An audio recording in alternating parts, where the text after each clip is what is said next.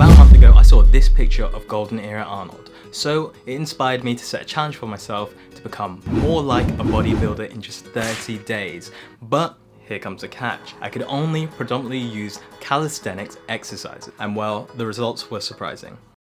Welcome back, Jacked Athletes. We're going to go through the results of this 1 month challenge to look more like a bodybuilder using calisthenics right now. So let's go through the results. So I wasn't out of shape or anything, but I did want to work on my physique, so it was more like a bodybuilder. So it's more like when you look at me, it was more like, whoa, that person looks like Superman. And if that's what you want as well, then these 4 exercises are gonna help you out. This is how I was looking after the challenge. So there are 3 body parts that set bodybuilders apart from the rest of the population. Basically, the first one is the shoulders. So they have these wide boulder shoulders that when you look at them, they just look super wide.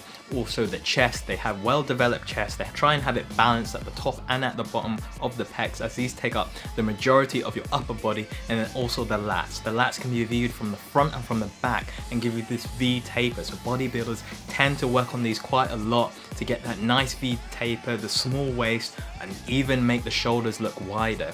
So these were the 3 main areas I decided to work on with these 4 calisthenics exercises. So the first calisthenics exercise I used to look more like a bodybuilder and to work my shoulders was the pike push-up. And a fun fact, I literally don't do any front delt or anterior delt work. I only use calisthenics. I don't do anything else. So this was one of my favorites for gaining muscle in my shoulders and making me look wider and more like a bodybuilder. You may have heard me talk about this exercise before, but I also used another progression of this, or another iteration of this exercise, which is by turning your hands inwards. I don't really know what to call this, maybe the hands inward pike push-up, but whatever it's called, this started working the kind of medial head of my shoulder. So you have the front delt, and then you also have the delt on the side, which also gives you that boulder shaped look to your shoulders. And by turning your hands inwards, you change the kind of orientation of your shoulder, so you start working that head of the shoulder capsule instead when you go down into the pike push-up. However, during the time period where I was trying to transform my physique to look more like a bodybuilder, pike push-ups initially, they started working great, but then over time I started seeing less and less changes. They started feeling easier. I also started getting soreness, and soreness is not always conducive to muscle growth, but it is an indicator sometimes of how hard you're working, and I wasn't really seeing much difference. So I needed to ramp things up. Now this is where the second exercise, drop set pull-ups, comes into play. So now I really start focusing on growing and working my lats, which is something I've not properly done before. I've always done heavy pull-ups, but to be fair, like I never really grew my lats that much by doing heavy stuff. It seems like more of the lighter stuff, kind of the more exerting stuff for my lats, grew it further. So if you're similar to me, drop set pull-ups could be a gold mine for growing your lats. So drop set pull-ups are when you first do your first set of pull-ups. I usually go like 1 time shoulder width, so just outside shoulder width. That's where I really feel my lats working super wide.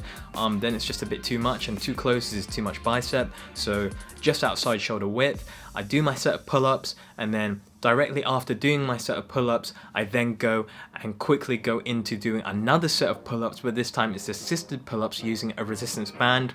So I use kind of a light resistance band, and once I'm done with that set, I then go to a heavier resistance band, loop that on the bar, and do more sets of pull-ups. So I am extending my set by quite a lot, so I'm going past failure and doing a drop set. And I'm able to do that by making the exercise easier by using resistance bands.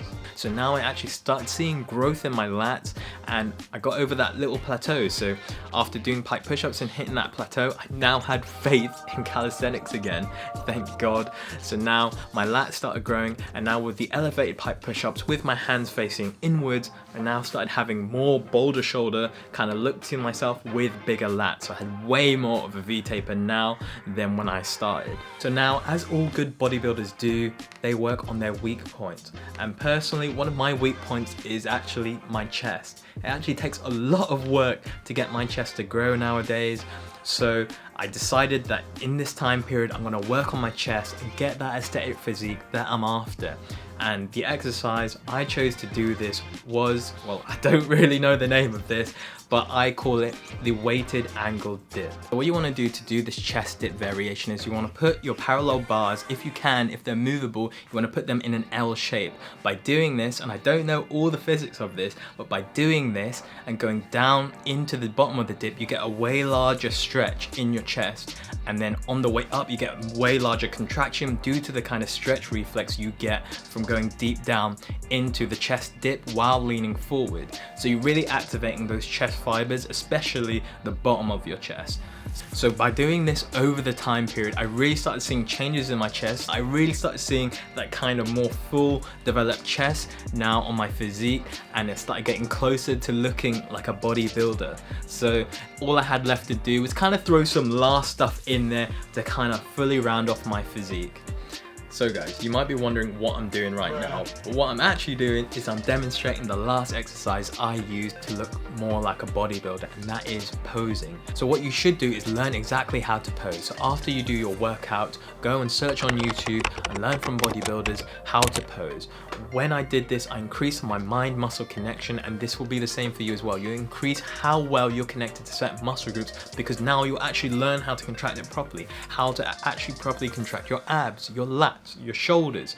You'll see what looks good and what doesn't look good, and then you'll get a better idea when you actually do the exercises how to contract that muscle group. So for me personally, my lats is actually really hard to engage in pull-ups. I feel like my biceps are doing everything. So by doing posing and learning how to spread my lats, how to make them compact, how to lengthen them, when I do pull-ups now, that drop set pull-ups, now I have a better mind muscle connection to my lats. So just remember that you could be not as muscular as someone next to you, but you know how to pose correctly, and you know how to make yourself look good, you know your strong points, and you could look way better than them. You could blow them out the water. Learning how to build muscle can be extremely hard, and having the diet to build muscle can be even harder. But click this video because I'm going to help you out with a couple of tips to help you build muscle with your diet. So guys, I've been the Jack Vegan, and I'll see you guys in the next one. So you might have okay.